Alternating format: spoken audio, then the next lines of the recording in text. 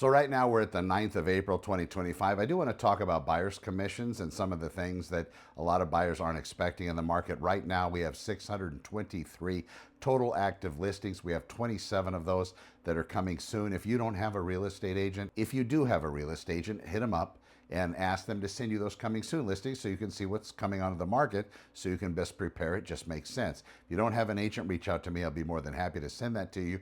You can also go into my online resource, santaclaritaopenhouses.com/coming soon. And then I'll be able to take care of you in that manner and send you these listings before they hit the market for sale.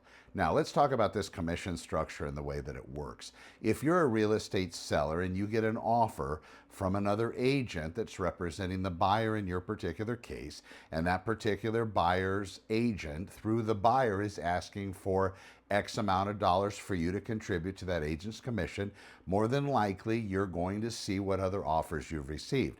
Now, if it's the only game in town and that's the only buyer coming to the table, you can choose to negotiate that commission. You can go back and say, well, I'm not going to pay you this large chunk of money. I'd pay you this, if not anything.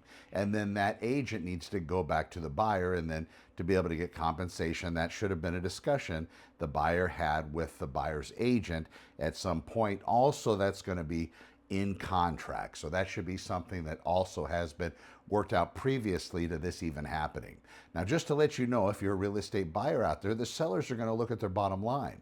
If they have a buyer going in, they have, let's say, multiple offers on their properties, which is not unusual in this particular market in Santa Clarita, as we're getting near the middle of April 2025.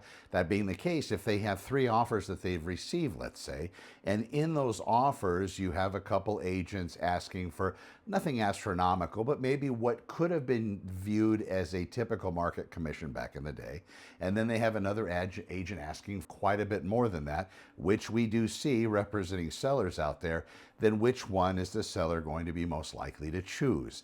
In addition, you need to balance that with what kind of financing and down payments. If you have somebody coming in, let's say, as a seller with 20% down, but that agent's asking for maybe more in the way of commission, but the other offers you received have nothing down, or maybe 3 different loans, one for the property, one for down payment, one for closing costs, which that is a real thing offered by Cal Haffa, then maybe that's something that the agent, even though that agent might be asking for less in commission, the seller might look at the other offers being stronger.